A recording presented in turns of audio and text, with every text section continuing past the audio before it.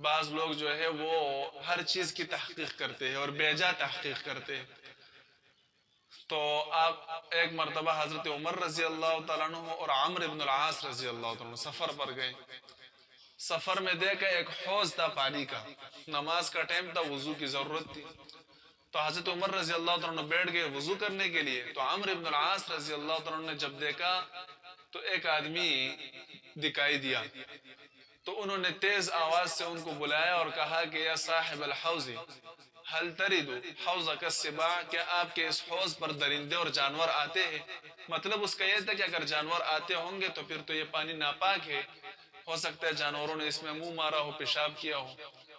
تو حضرت عمر رضی اللہ عنہ نے ارشاد فرمایا کہ لا تخبرنا، ہمیں مت بتاؤ کہ اس حوض میں جانور آتے ہیں یا نہیں، نہ یہ بتاؤ کہ آتے ہیں نہ یہ بتاؤ کہ نہیں آتے، کیونکہ اللہ رب العزت نے ہمیں اس کا مکلف نہیں بنایا. ہم بظاہر دیکھتے ہیں کہ اس میں کوئی نجاست نہیں ہے، پانی پاک نظر آ رہا ہے، تو پاک یہ ہے. بارے میں پوچھنا یہ شریعت نے ہمیں نہیں بتایا. پانی جب پاک نظر آ رہا ہے تو بس اس سے غسل کرو، پاک ہے، وہ ناپاک نہیں ہے. ہاں اگر اپنی آنکھوں سے دیکھ لیا کہ جانور نے اس میں منہ مارا، پیشاب کیا یا کوئی نجاست پڑی ہوئی ہے تو پھر تو نجس ہے. لیکن بظاہر کوئی ایسی چیز نظر نہیں آ رہی.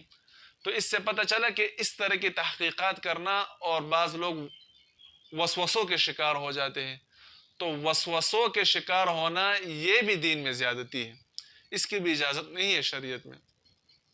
ایک مسلمان نے دعوت کی، بظاہر وہ مسلمان ہے اور اس کا کاروبار بھی حلال ہے، ٹھیک ہے، تو اس کا کانا یہ جائز ہے. بعض لوگ اس میں تحقیقات شروع کر دیتے، ریسرچ شروع کر دیتے کہ بھئی یہ کانا اس نے کہاں سے لایا، یہ گوشت کہاں سے لایا، یہ کس چیز کا گوشت ہے، اور یہ حرام مال کا ہے یا حلال کا ہے. تو اس کی اجازت نہیں ہے بھئی، ایسی تحقیق کی اجازت شریعت میں نہیں ہے. لا تقف ما لیس لک بہ علم، اس کے پیچھے پڑنے سے اللہ رب العزت نے منع فرمایا. ہاں جہاں پر شک ہو جائے یا ایک آدمی کا کاروبار جو ہے وہ ٹھیک نہیں ہے، سودی کاروبار ہے، رشوت خور ہے، تو پھر اس کے بارے میں تحقیق اور ریسرچ ضروری ہے.